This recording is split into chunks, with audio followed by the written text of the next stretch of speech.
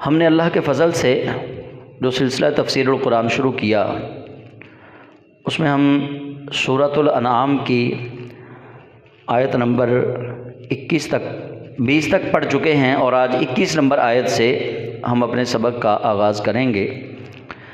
آیت نمبر 20 تک اللہ رب العزت جل جلالہ نے کفار و مشرکین کی وہ باتیں جو انہوں نے نبی پاک علیہ السلام کی طرف غلط منسوب کی یا اللہ کی طرف غلط منسوب کی، جو وہ جھوٹ بولتے تھے یا رسول کریم علیہ السلام کے معجزات دیکھ کر وہ انکار کرتے تھے، ان پر اللہ تعالیٰ نے گفتگو فرمائی، اور آخر پہ اللہ تعالیٰ نے ارشاد فرمایا کہ اے محبوب کریم علیہ السلام، یہ ایسے ہی آپ کا انکار کر رہے ہیں، حالانکہ یہ آپ کو یوں جانتے ہیں جیسے یہ اپنے بیٹوں کو جانتے ہیں۔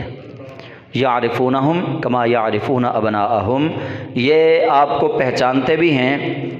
لفظ یعرفون معرفت اس کا مصدر ہے، یعنی آپ کو وہ یوں جانتے تھے جیسے جاننے کا حق ہے۔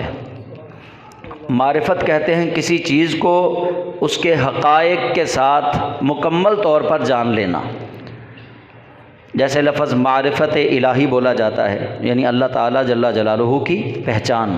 تو وہ رسول کریم علیہ السلام کو یوں ہی پہچانتے تھے۔ انہوں نے بار بار تذکرہ کبھی انجیل میں پڑھا، کبھی زبور میں، کبھی تورات میں، لیکن جب آپ تشریف لے کر آ گئے، حق کی ہدایت آپ نے ان کو دینے کی کوشش کی، حق کی تبلیغ کی، لیکن انہوں نے پھر انکار کیا، تو اللہ کریم جل جلالہ نے ان کے اس انکار پر اپنے محبوب پاک علیہ السلام کو تسلی یہ دی، فرمایا حبیب پیارے، یہ وہ لوگ ہیں جو خسارے والے ہیں، جن کی قسمت میں ایمان بالکل نہیں ہے۔ یہ آپ پر اترا ہوا قرآن جھٹلا رہے ہیں، آپ کے معجزات کو جھٹلا رہے ہیں، حالانکہ یہ وہ اہل کتاب ہیں، ان کو جو کتابیں میں نے عطا کی ہیں تو یہ ان کتابوں میں پڑھ چکے ہیں۔ یہ اب آپ کو یوں پہچانتے ہیں جیسے اپنے بیٹوں کو پہچانتے ہیں، لیکن اس کے باوجود یہ خسارے والے ہیں کیونکہ ان کی قسمت میں ایمان نہیں ہے۔ تو انہوں نے اللہ تعالیٰ پر جھوٹے بہتان لگائے، اللہ پر جھوٹے بہتان لگانے کی انہوں نے کوشش کی۔ کیا جھوٹے بہتان لگائے؟ کبھی انہوں نے کہا کہ عزیر اللہ کا بیٹا ہے، کبھی کہا عیسیٰ اللہ کا بیٹا ہے، کبھی حضرت سیدہ مریم کو اللہ کی طرف منسوب کر دیا۔ تو یہ ان کے جھوٹے بہتان تھے، اور رسول کریم علیہ السلام آپ کو انہوں نے جھٹلایا۔ دو طرح کی بات اللہ تعالیٰ نے قرآن کریم میں کر دی۔ یہاں پہ اس آیت کے اندر آیت نمبر 21 میں اللہ کریم فرماتا ہے، اعوذ باللہ من الشیطان الرجیم، بسم اللہ الرحمن الرحیم، ومن اظلم ممن افترى علی اللہ کذبا۔ اور وہ کتنے ظالم لوگ ہیں جنہوں نے اللہ پر افترا باندھا، اللہ پر جھوٹا بہتان گھڑا، کتنے وہ ظالم لوگ ہیں۔ اور اظلم یہ اس میں تفضیل کا صیغہ ہے، اللہ فرماتا ہے سب سے بڑے ظالم ہیں وہ، سب سے بڑے ظالم جنہوں نے اللہ پر افترا باندھا، جھوٹا افترا، او کذب بآیاتہ، یا اللہ کی آیتوں کو جھٹلایا، اللہ کی آیتوں کا انکار کیا۔ دو باتیں ہیں، اللہ پر بہتان لگایا، اللہ کی آیتوں کو جھٹلایا۔ اللہ پر بہتان میں نے آپ کو بتا دیا کہ اللہ پر بہتان یہ تھا کہ عیسیٰ علیہ السلام کو اللہ کا بیٹا، اور وہ کچھ جانور انہوں نے مخصوص کیے ہوئے تھے، جیسے صائبہ، بحیرہ، حام، تو وہ کہتے تھے یہ جانور ہم نے نہیں حرام کیے، اللہ نے حرام کیے ہیں، یہ بھی اللہ پر بہتان تھا۔ اور وہ بتوں کی پوجا کرتے تھے، لات، منات، عزا، ہبل کی، ان کی پوجا کرتے تھے۔ جب ان سے سوال کیا جاتا تم پتھروں کو کیوں پوجتے ہو، تو وہ کہتے کہ یہ بنی اسرائیل کے وہ مقربین تھے جن کو اللہ کا قرب حاصل تھا، ہم ان کی پوجا نہیں کرتے، ان کو خدا نہیں مانتے، بلکہ ہم ان کی تعظیم اس لیے کرتے ہیں کہ ان کی تعظیم کر کے ہمیں اللہ ملے گا۔ ان مورتیوں کو وہ پوجتے تھے، سجدہ کرتے تھے۔ ان کا مقصد کیا تھا کہ یہ اللہ تعالیٰ کے قریبی ہیں، وہ اس کو بھی اللہ کی طرف منسوب کرتے۔ تو اللہ تعالیٰ نے وہ سارے ان کے جو عیب ہیں، جو سارے ان کے بہتان ہیں، ان کا رد فرمایا۔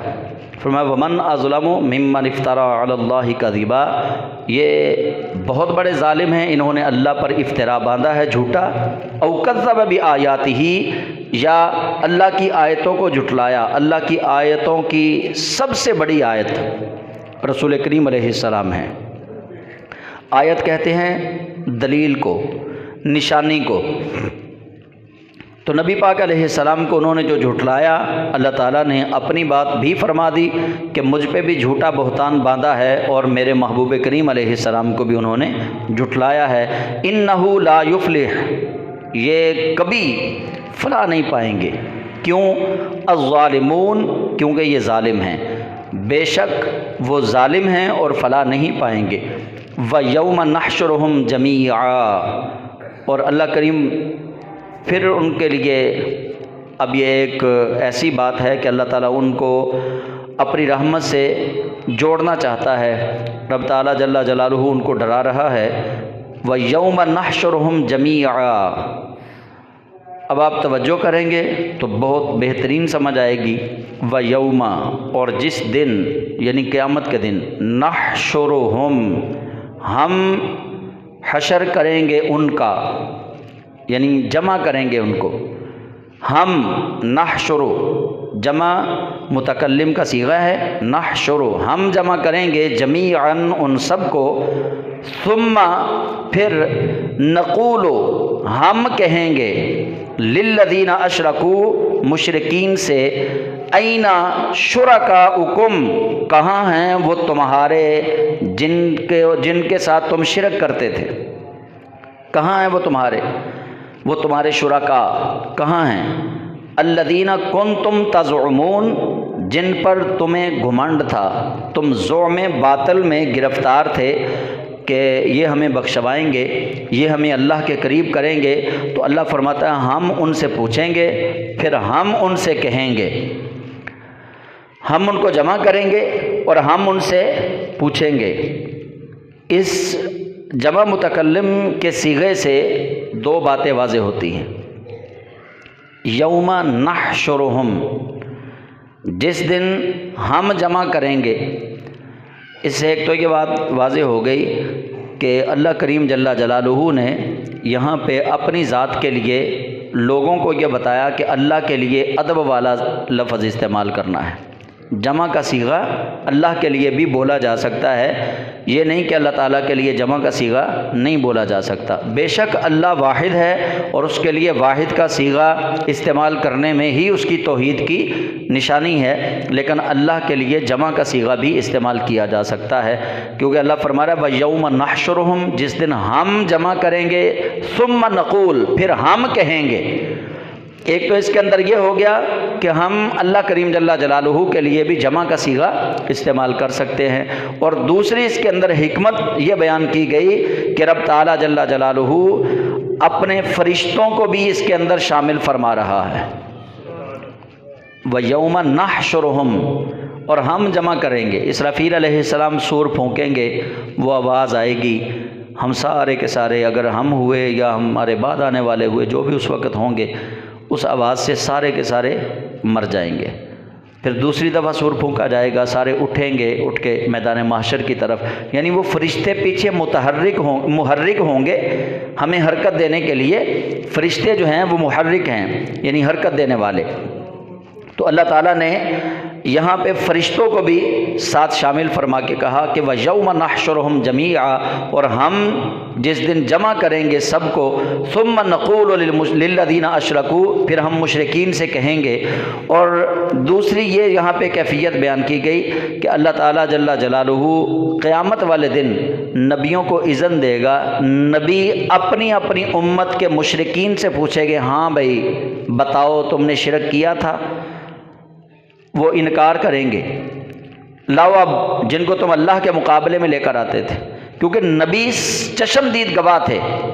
جیسے حضور اکرم صلی اللہ علیہ وسلم کی ڈبیٹ ہوتی تھی کس سے؟ ابو جہل سے، ابو لہب سے، عتبہ سے، شیبہ سے، بالمشافہ، وہ اللہ کے مقابلے میں اپنے جھوٹے خداؤں کو پیش کرتے تھے۔ ثم نقول، پھر ہم کہیں گے للذین اشرکوا، مشرکین سے، این شرکاؤکم الذین کنتم تزعمون، کہاں ہیں وہ تمہارے شرکاء جن پر تم گھمنڈ کرتے تھے، یعنی اللہ تعالیٰ قیامت کے دن نبیوں کو اذن دے گا، نبی ان سے سوال کریں گے۔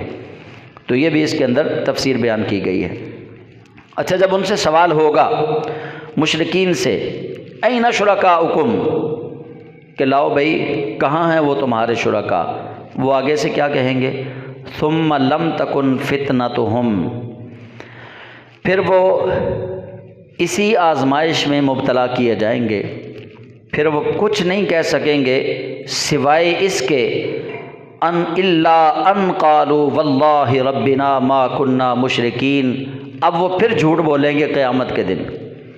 ایک تو پہلے انہیں پتہ چل چکا کہ اللہ کی بارگاہ میں پہنچ چکے ہیں، جو ہم نے دنیا میں کیا اس کے بارے میں ہم سے سوال کیا گیا ہے، این شرکاؤکم، کہ تمہارے شرکا کہاں ہیں۔ لیکن اس کے باوجود وہ میدان محشر میں صاف ہی مکر جائیں گے، الا ان قالوا، مگر وہ یہ کہیں گے واللہ، اللہ کی قسم، ربنا، جو ہمارا رب ہے، ما کننا مشرکین، ہم نے تو شرک نہیں کیا اس کے ساتھ، ہم تو مشرک تھے ہی نہیں، صاف ہی مکر جائیں گے وہ۔ لیکن ان کا مکرنا اللہ کی بارگاہ میں یہ نہیں ہوگا کہ وہ مکریں گے تو اللہ کہے گا چلیں جی ان کو اب جنت دے دو، کیونکہ اللہ کریم جل جلالہ تو علیم بذات الصدور ہے۔ اللہ نے خود ہی تو ایک قاعدہ اور کلیہ قرآن پاک کے اندر بیان فرما دیا کہ ان اللہ لا یغفر ان یشرک بہ ویغفر ما دون ذلک لمن یشاء، اللہ مشرک کو نہیں بخشے گا، باقی سب کو اللہ کریم اپنی رحمت سے بخش دے گا۔ جو شرک کرنے والا ہے اس کی نجات نہیں ہوگی۔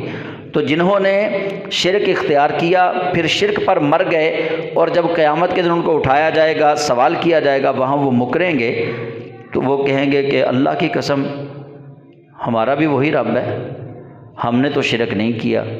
اب جب وہ مکریں گے تو اللہ پتہ اپنے محبوب سے کیا کہے گا؟ انظر، سونے ویکھے نہ ہون، انظر، محبوب دیکھیں، کیف کذبوا علی انفسہم، دیکھیں کیسے انہوں نے اپنے آپ کو جھٹلایا۔ ہم بھی ایسے ہی کرتے ہیں نا کہ جب کوئی بات ہو اور گواہ ہمارے پاس موجود ہو اور کوئی تیسرا بندہ گواہ کی موجودگی میں کسی سچی بات کا انکار کرے تو ہم گواہ کی طرف اشارہ کرتے ہیں، کیا دیکھ اللہ کریم جل جلالہ، اتنا پیارا دلکش اسلوب ہے قرآن کریم کے اندر، میدان محشر کا نقشہ ہے۔ اللہ کریم نے پہلے ان کی کیفیت بیان کی کہ وہ جھوٹے ہیں اور وہ مکر جائیں گے، الا ان قالوا واللہ ربنا ما کننا مشرکین، وہ صرف یہی کہیں گے کہ اللہ کی قسم ہمارا رب وہی ہے جو تمہارا رب ہے، تو ہم نے تو شرک نہیں کیا۔ اس ان کے مکرنے سے بھی پتہ چل رہا ہے کہ وہ انکار رسول کریم کو کریں گے۔ ثم نقول للذین اشرکوا، پھر ہم کہیں گے مشرکوں سے این شرکاؤکم، تو اللہ کے محبوب کریم علیہ السلام ان سے پھر پوچھیں گے ہاں بھی بتاؤ کدھر ہیں وہ تمہارے شرکا۔ تو وہ جب انکار کریں گے اللہ اپنے محبوب سے کہے گا انظر، محبوب دیکھے نا اب، کیف کذبوا علی انفسہم، کیسے انہوں نے اپنے آپ کو ہی جھٹلا دیا کہ پہلے وہ ان کو خدا مانتے تھے دنیا کے اندر، اب اپنی ہی تکذیب خود کر رہے ہیں کہ نہیں نہیں ہمارا رب تو وہی ہے جو اللہ ہے، ہم نے تو شرک کیا ہی نہیں ہے۔ تو اللہ فرمائے گا انظر کیف کذبوا علی انفسہم، محبوب ان کی طرف دیکھیے نا کہ کیسے انہوں نے اپنے آپ کو جھٹلایا۔ وضل، ضاد اور لام، وضل، اور گم کیا، عنہم ما کانوا یفترون، اور انہوں نے اپنے آپ کو گم کر لیا اسی افتراء کے اندر، اسی بہتان کے اندر جو بہتان دنیا میں لگاتے تھے۔ کیا بہتان تھا؟ اللہ کو کبھی کہا کہ عزیر اللہ کا بیٹا ہے، کبھی کہا عیسیٰ اللہ کا بیٹا ہے، کبھی کہا مریم اللہ کی بیوی ہے، کبھی کہا کہ لات منات عزا حبل جو ہیں یہ اللہ کے پسندیدہ ہیں، ہم ان کے قرب، ان کی عزت اور عظمت کا پاس کرتے ہوئے اللہ کا قرب پاتے ہیں، ہمیں اللہ نے کہا ہے۔ کبھی وہ جانوروں کے متعلق اللہ تعالیٰ کا غلط نظریہ پیش کرتے، اللہ تعالیٰ کی طرف منسوب کرتے، اور کبھی کہتے کہ ہم اللہ کی بڑی لاڈلی مخلوق ہیں، یہودی، ہم اللہ کے بڑے لاڈلے ہیں، ہمیں موت نہیں آئے گی، بس چند لمحے کے لیے، ہمیں کچھ نہیں کہا جائے گا۔ تو یہ سارے اللہ پر بہتان تھے جو اللہ نے ان کو یہ اذن نہیں دیے تھے۔ اللہ تعالیٰ کے تو فیصلے اٹل ہیں کہ کل نفس ذائقۃ الموت، کہ ہر زیرو نے موت کا ذائقہ چکھنا ہے، لیکن وہ کہتے تھے کہ ہمیں موت آئے گی بس چند لمحوں کے لیے، ہمیں سب سے زیادہ امارت اللہ نے دی ہے، لیکن اللہ تعالیٰ انصاف کرنے والا ہے، اللہ نے کسی کو کم یا زیادہ نہیں دیا، اللہ نے ہر کسی کو اس کے ظرف کے مطابق دیا ہے۔ تو وہ جب قیامت والے دن مکریں گے تو اللہ کریم جل جلالہ پھر ان کا یہ جھوٹ اپنے محبوب کریم علیہ السلام پر آشکار کرے گا۔ تو اللہ تعالیٰ، یہ قیامت کا منظر ہے، آپ سمجھ رہے ہیں مضمون پورے کو جو بیان ہو رہا ہے۔ جب وہ مکر جائیں گے تو اللہ کریم فرمائے گا انظر کیف کذبوا علی انفسہم، محبوب ان کی طرف دیکھیے انہوں نے اپنے آپ کو کیسے جھٹلا دیا۔ وضل عنہم ما کانوا یفترون، اور اسی بہتان کے اندر گم ہو گئے جو بہتان یہ لگاتے تھے، یعنی خود ہی پہلے کہتے تھے اللہ نے کہا ہے، اب خود ہی اس سے مکر گئے، کہنے لگے نہیں ہم نے تو شرک کیا ہی نہیں۔ اچھا، اب جب وہ مکریں گے اللہ اپنے محبوب کریم علیہ السلام سے پھر کہے گا وَمِنْهُمْ مَنْ يَسْتَمِعُ إِلَيْكَ، ان میں سے کچھ ایسے بھی ہیں جو کان لگا کر آپ کی باتیں سنتے تھے، جو کان لگا کر آپ کی باتیں سنتے تھے۔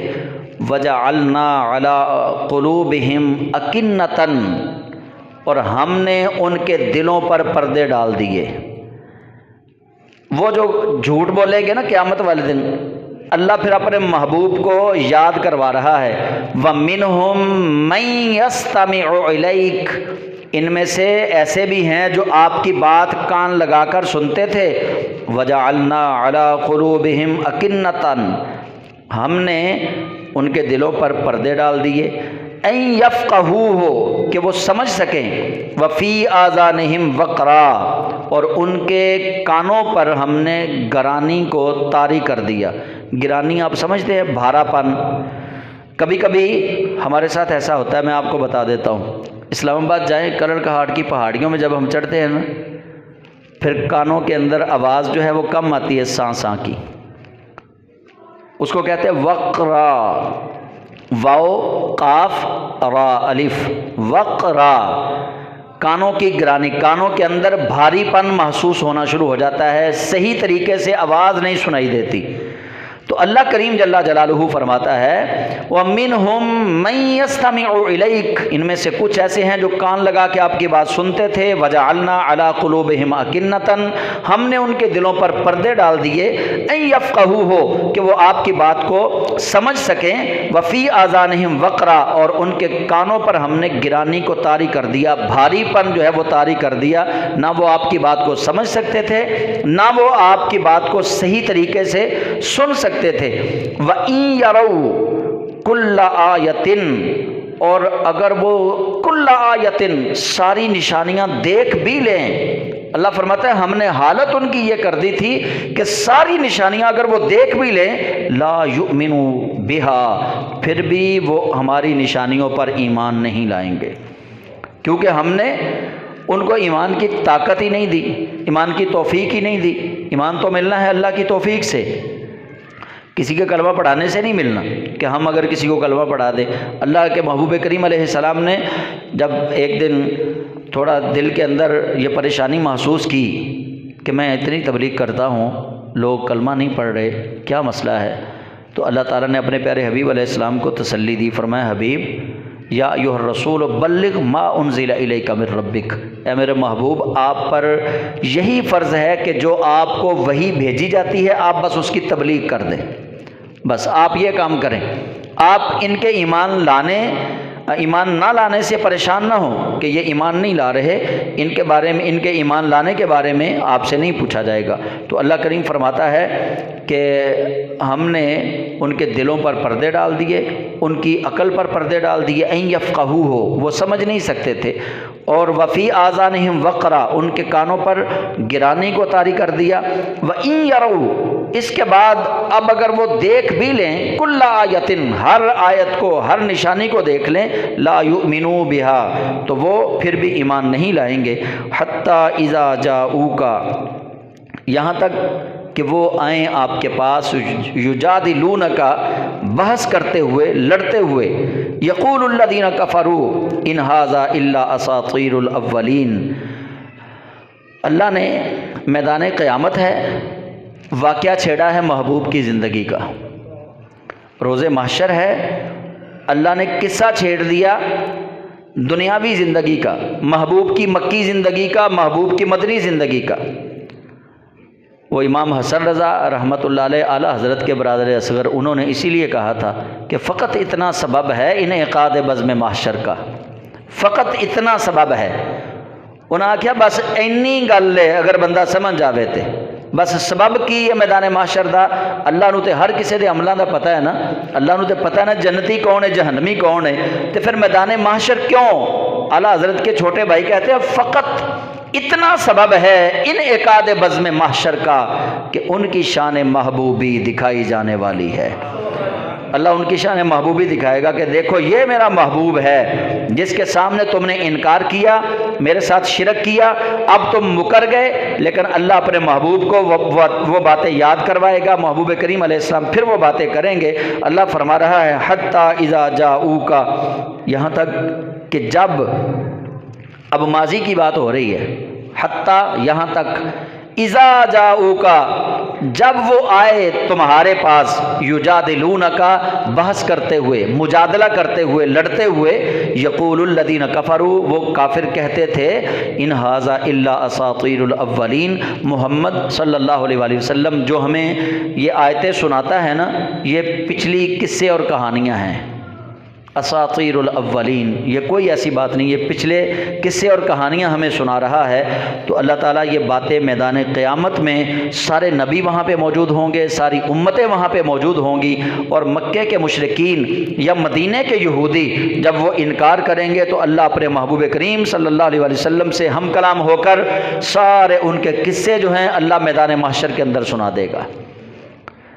کیونکہ جب میں نے یہ آج کا سبق ہم نے شروع کیا تھا تو آیت نمبر 21 میں دو چیزوں کا ذکر تھا، اللہ پر بہتان باندھا جھوٹا، اور اللہ کی آیتوں کو جھٹلایا۔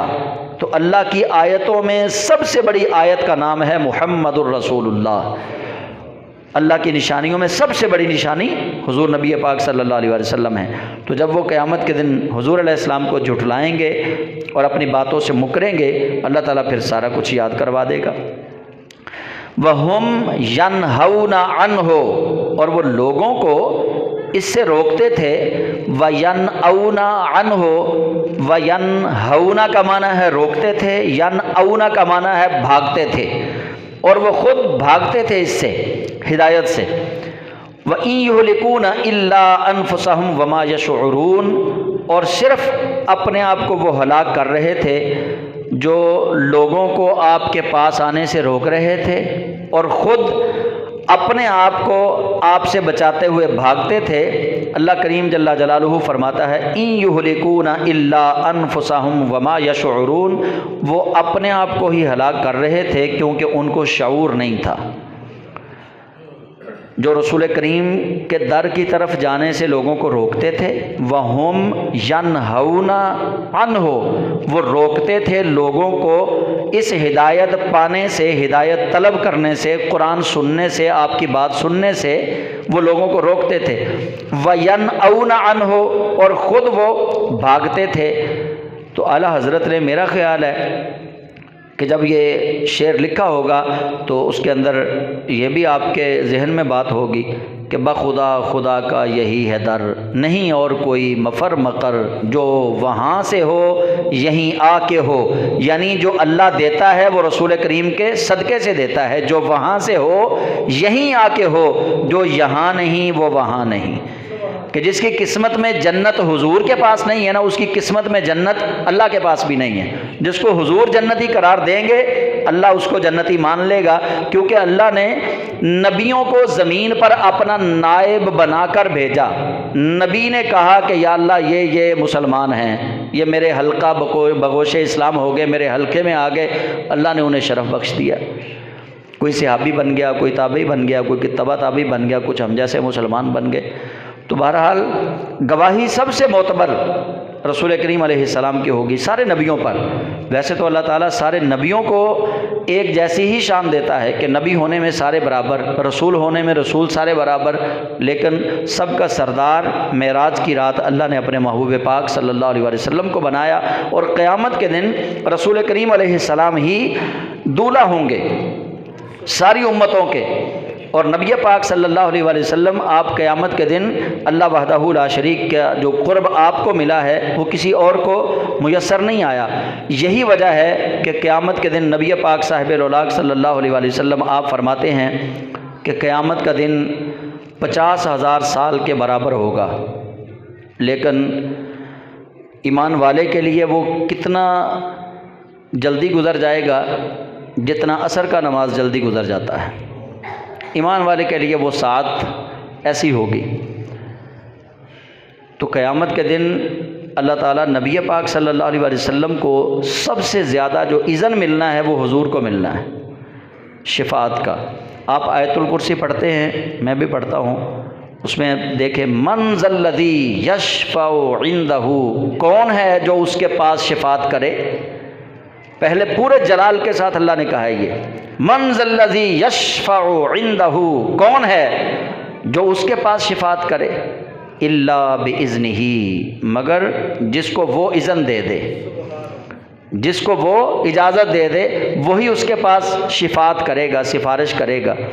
تو پھر جب اذن اللہ دے گا تو یہ تو نہیں نہ ہو سکتا کہ حافظ قرآن کو اللہ اذن دے دے کہ حافظ قرآن اپنے ماں باپ کو بخشوا لے، یہ تو نہیں نہ ہوگا۔ اللہ شہید کو اذن دے دے کہ جا تو شہید ہے اپنے گناہ گار رشتہ داروں کو بخشوا لے، غازی کو اللہ اذن دے دے گا، راتوں کو پہرا دینے والے کو اللہ اذن دے دے گا کہ جا بھی تو بخشوا لے، اور جو چھوٹے بچے جن کو ہم عرف عام میں معصوم کہتے ہیں وہ ان بچوں کو اللہ اذن دے دے گا کہ جاؤ بھائی تم اپنے اپنے ماں باپ کو جنت میں لے جاؤ۔ تو پھر یہ کیسے ہو سکتا ہے کہ اللہ آمنہ کے لال کو سب سے زیادہ اذن نہ دے؟ جب چھوٹی چھوٹی عظمتوں والے جو ہیں ان کو اذن مل جائے گا تو رسول کریم علیہ السلام کو اللہ کتنا بڑا اذن عطا فرمائے گا۔ شفاعت کا صحرا جو ہے وہ سب سے بڑا رسول کریم علیہ السلام کے سر پہ ہوگا۔ اعلیٰ حضرت فرماتے ہیں پیش حق مزدہ شفاعت کا سناتے جائیں گے، جرم کھلتے جائیں گے اور وہ چھپاتے جائیں گے۔ سب سے بڑی شفاعت رسول کریم علیہ السلام ہی کریں گے، اور نبی پاک علیہ السلام نے یہ فرما بھی دیا ہے کہ شفاعتی لأہل الکبائر من امتی، کہ میری شفاعت میری امت کے بڑے گناہ گاروں کے لیے ہوگی۔ دیکھ لیں یہ کتنا رسول کریم علیہ السلام کا کرم ہے امت پہ۔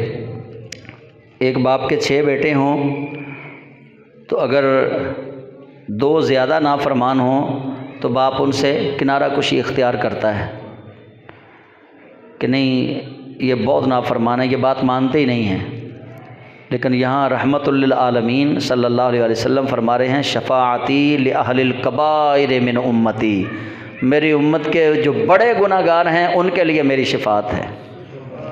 بس شرک نہ کیا ہو، شرک کے اندر مبتلا نہ ہو، بس یہ خیال رکھنا ہے، ورنہ اور اس کا یہ بھی مطلب نہیں کہ باقی گناہ کرتے رہیں، بچنے کی کوشش ضرور کرنی ہے، باقی اللہ کے سپرد کر دیں، لیکن انسان کا کام ہے گناہوں کی نفرت کو اپنے دل میں رکھنا اور اللہ تعالیٰ سے بچنے کی امید رکھنا کہ اللہ ہمیں بچائے گا گناہوں سے۔ تو یہ ہے، ورنہ اگر ہم یہ کہیں کہ بس رسول کریم صلی اللہ علیہ وسلم ہمیں بخشوا لیں گے تو اور گناہ کرتے رہیں، یہ کفر ہے۔ ان کی شفاعت پہ امید رکھ کے گناہ کرنا یہ کفر ہے۔ اللہ کی رحمت پہ امید رکھتے ہوئے گناہ کرنا یہ بھی کفر ہے، کہ یہ تو بالکل ایسے ہی ہے نا کہ اللہ نے بخش دینا ہے، کوئی بات نہیں، ہم جو مرضی گناہ کرتے رہیں، نہیں، ایسے نہیں۔ اللہ کی رحمت پہ امید رکھنے کا مطلب یہ ہے کہ گناہ کرنے کے بعد اگر دل کرے کہ میں واپس آ جاؤں، دل اللہ کی طرف لوٹنے کی جستجو کرے، تو اللہ فرماتا ہے لا تقنطوا من رحمت اللہ، اللہ کی رحمت سے نا امید نہیں ہونا، جتنے مرضی گناہ کر لیے ہیں اب بھی واپس آ جاؤ، میں تمہیں معاف کر دوں گا۔ تو اللہ تعالیٰ نے ہمیں گناہ کرنے سے روکا ہے اور رسول کریم علیہ السلام نے بھی روکا ہے، لیکن ساتھ ساتھ اللہ کو بھی یہ معلوم ہے کہ یہ بندے نہیں رک سکیں گے، تو رب تعالیٰ جل جلالہ نے ہمیں پھر اس کے ساتھ ہی یہ فرما دیا کہ لا تقنطوا من رحمت اللہ، جتنے مرضی گناہ کر لو، گناہ کرنے کے بعد واپس لوٹاؤ، اللہ تعالیٰ کی رحمت سے نا امید نہیں ہونا۔ تو یہ رحمت سے نا امیدی جو ہے یہ کفر ہے۔ سبق ہمارا یہیں تک ہے۔ میں نے سوچا تھا کہ رمضان شریف کے متعلق چند باتیں جو ہیں وہ کر لی جائیں تاکہ ہم اپنے